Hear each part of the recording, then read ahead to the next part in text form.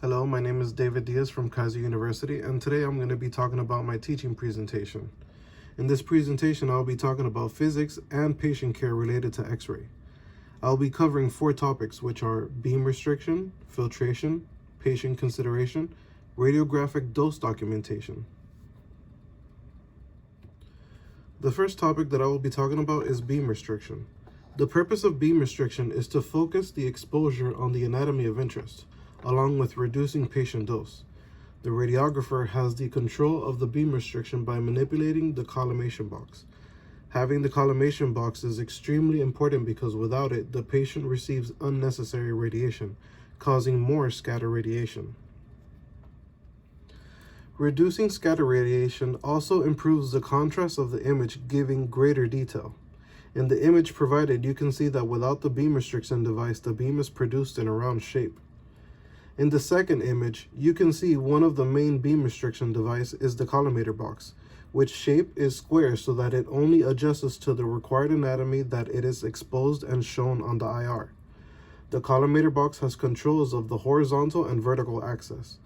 Other tools can be used for beam restriction, such as cones or cylinders. The second topic I will be speaking about is filtration. Filtration is needed for X-rays because it is also used to reduce patient dose. Filters are made mostly of metal, which helps the filter attenuate extra radiation that is harmful to the patient. Filtration also helps with the production of X-ray image, giving a clear image by removing the lower energy X-ray photons that distort and remove detail from the image.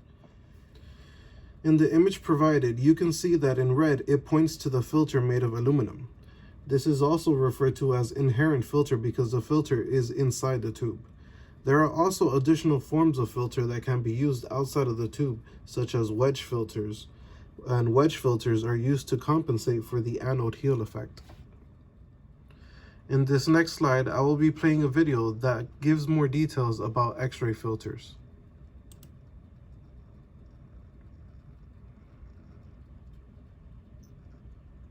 Hi everyone, thank you for watching. Today we're going to talk about X-ray filters, and the basic concept with X-ray filters is that we add this to our X-ray beam in order to increase its average energy. And this increase in average energy is going to result in radiation savings for our patient because we eliminate the skin dose from incident X-rays to our patient. First, we're going to talk about inherent filters. So this type of filters are found within the X-ray tube generator, and we cannot really remove these. Those are going to be, for example, the glass from the shielding in the X-ray tube, the oil, and anything else that our X-ray beam needs to go through before exiting towards our patient. All those are going to be considered inherent filters. Their effective attenuation is going to be similar to 0.5 millimeters to 1.5 millimeters of aluminum. Now, moving on towards the most important ones are the added filters.